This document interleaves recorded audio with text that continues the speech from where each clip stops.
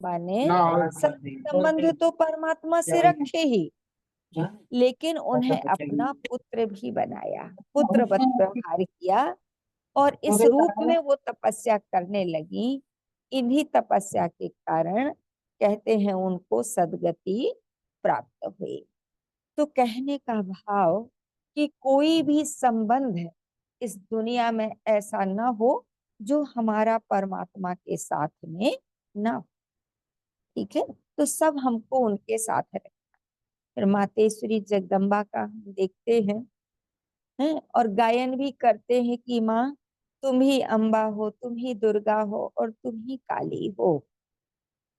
ऐसा हम मातेश्वरी जगदम्बा के लिए कहते हैं। तो बच्चे, बाबा क्या कहते, बच्चे तुम सब कौन हो, मैं तुम्हें क्या बनाने के लिए आया हूँ? तो तुम सब देवात्माएं हो, और वर्तमान समय में आकर हर आत्मा को मनुष्य से देवी देवता बनने की शिक्षा दे रहा हूँ। तो वो वही समय है, ये वो दिन चल रहे हैं जो हमें कितनी प्रेरणा देते हैं कि हमें इन 9 स्वरूपों में अब जल्दी से जल्दी अपने आप को स्थित कर लेना चाहिए। क्योंकि जो समाज की दुर्दशा है, जो दुनिया में हम देख रहे हैं कि हर आत्मा कितनी त्राहिमाम त्राहिमाम पुकार रही है, कितने दुखों से उसका जीवन भरा हुआ है, उसे कहीं सहारा नहीं नजर आता है, तो वो क्या कहती, हे माँ दर्शन दो, हे माँ मेरे कष्ट दूर करो। तो एक मातेश्वरी जगदम्बा 2 बजे से योग के लिए उठ जाती थी, है ना। एक बार क्या हुआ कि कोई मिलने आने वाला था उनसे, जैसे उसको मिलते उसके इंतजार में मातेश्वरी को 12 बज गई रात। तो भाई बहनों ने कहा कि मम्मा आप अब रात को ना वो लेट सोई हैं, तो सुबह मत उठिएगा जल्दी। तो मातेश्वरी का क्या आंसर था जगदम्बा का?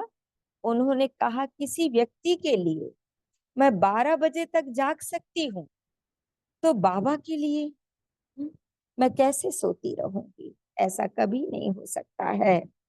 तो ये सारी बातें जो हमारे सामने हमारे महारथियों की आती हैं, तो उनसे क्या प्रेरणा मिलती है? हम सभी तो कितने बहाने कर देते हैं कि कोई आ गया, लेट हो गए, कोई प्रोग्राम था, तो चलो आज अमृत बेला नहीं करेंगे, ठीक है कल कर लेंगे।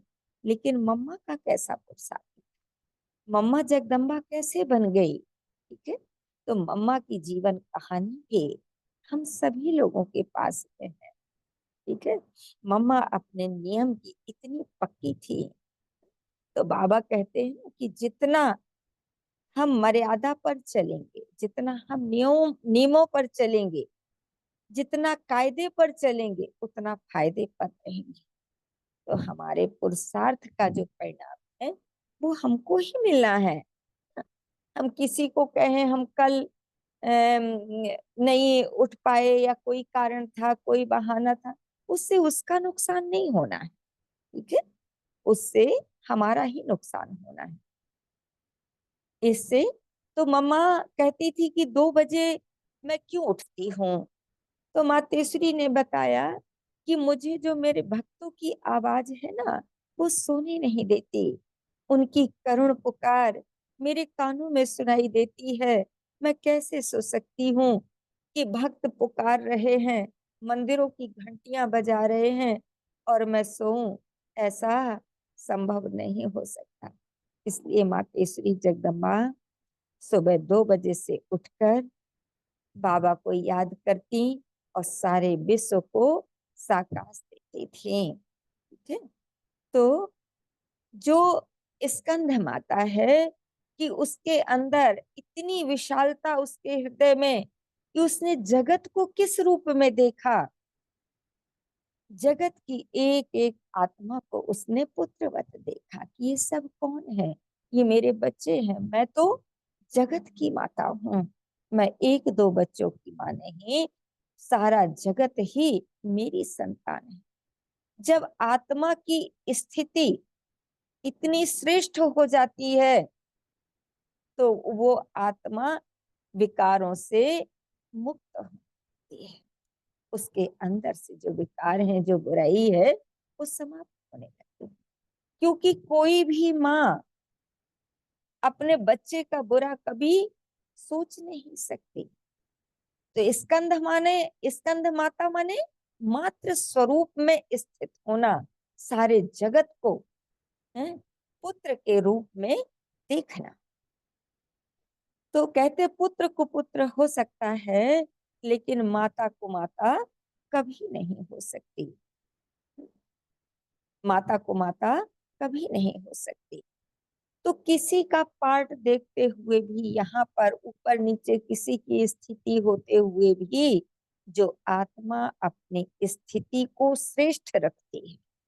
परिस्थितियां ऊपर नीचे होती हैं, व्यक्तियों की स्थिति ऊपर नीचे होती है, आत्माओं के अपने संस्कार के कारण उनसे उल्टे सीधे कर्म भी होते हैं।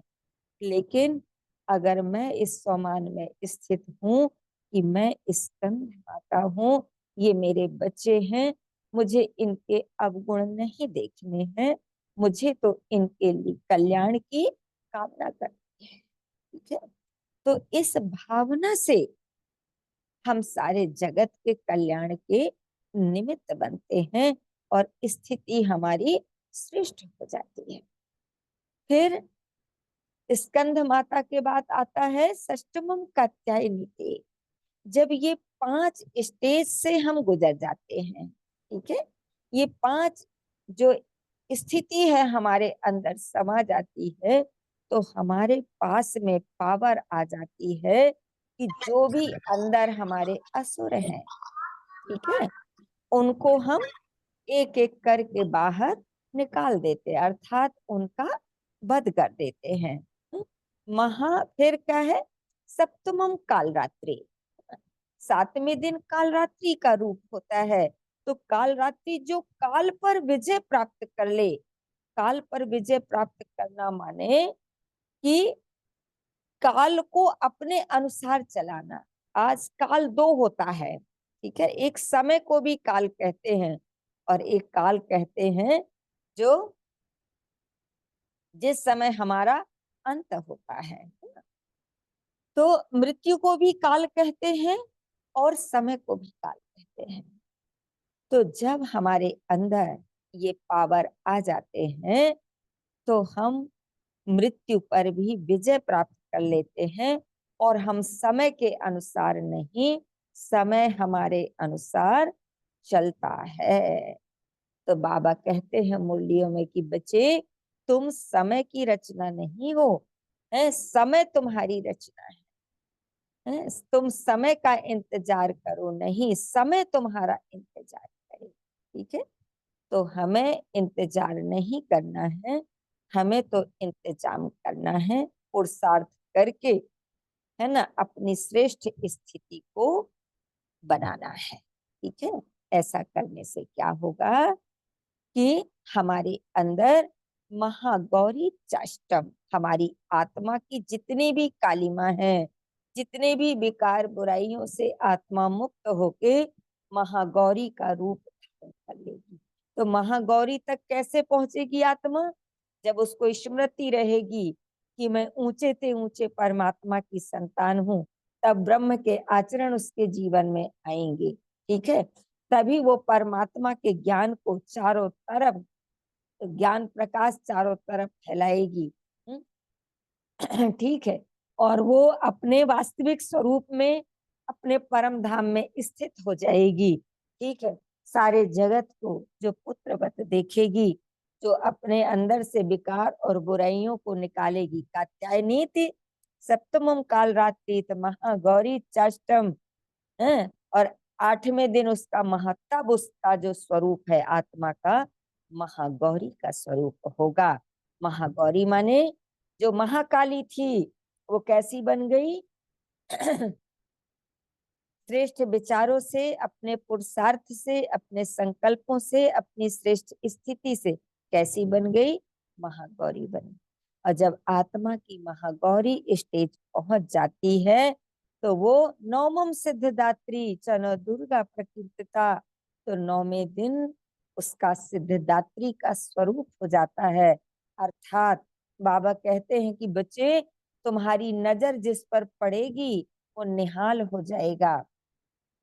तो जो आत्मा इतनी शक्तियों को धारण कर लेती है, उसकी दृष्टि पड़ते ही सामने वाले के कष्ट दूर हो जाते हैं। तभी कई बार लोग कहते हैं, जब आप जाते हैं तो लोग कहते हैं कि आपके आने से ना बहुत खुशी आ गई घर में, है ना। आपके बोल कैसे हैं? वरदानी बोल। ठीक है। तो ऐसे हमें हर किसी के लिए वरदानी बोल बोलना है, अपनी रूहानी दृष्टि रखनी है कि ये सब आत्माएं हैं, इस रंगमंच पर अभिनय करने के लिए आई हैं, सब अपना अपना पार्ट प्ले कर रही हैं। मुझे हर किसी के लिए अच्छा सोचना है, मुझे हर किसी के साथ अच्छा व्यवहार करना है। कोई कैसा भी हो, मुझे उसके अवगुण अपने चित्त पर नहीं रखने हैं। क्योंकि हम परमात्मा से यही कहते हैं कि प्रभु जी मेरे अवगुण चित्त न रखो, हे भगवान मेरे अवगुण को चित्त में न रखो। तो जरा सोचिए कि जब भगवान से हम कहते कि हमारे अवगुण चित्त में न रखो, तो हम दूसरे के अवगुण चित्त में रखें? हमें रखना चाहिए? तो कभी नहीं। हमें किसी के अवगुण अपने चित्त में नहीं रखना है, बल्कि उसके लिए शुभ भावना शुभकामना रखते हुए उसके अंदर होप भरना है, विश्वास भरना है कि आपके अंदर भी परिवर्तन आ जाएगा। आप कौन हैं? आप परमात्मा की संतान हैं। सारी शक्तियां, सारी विशेषता आपके अंदर भी है।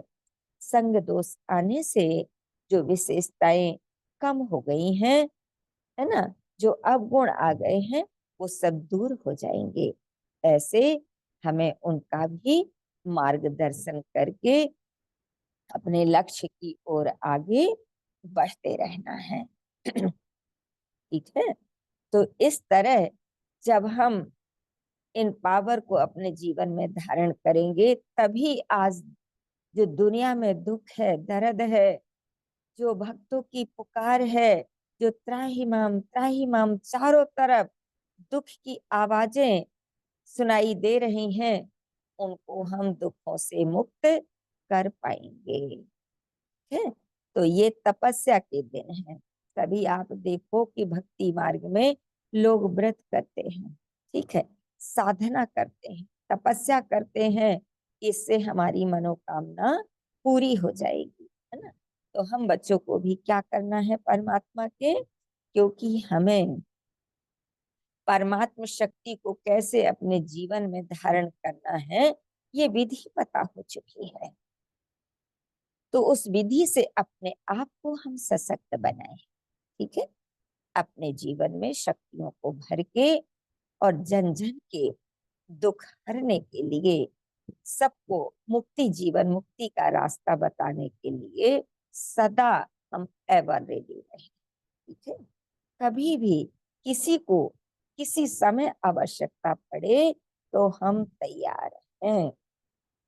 ठीक है। तो ऐसा हम सभी को करना है। ठीक है। तो अच्छा, ओम शांति। तो नवरात्रि में 9 दिन पूरे होने तक इन शक्तियों से हम सभी को भरपूर हो जाना है। आज समाज में एक दुर्गा की जरूरत नहीं, बल्कि अन्य घर घर दुर्गाओं की जरूरत है, क्योंकि घर घर में इतना दुख अशांति बढ़ता जा रहा है।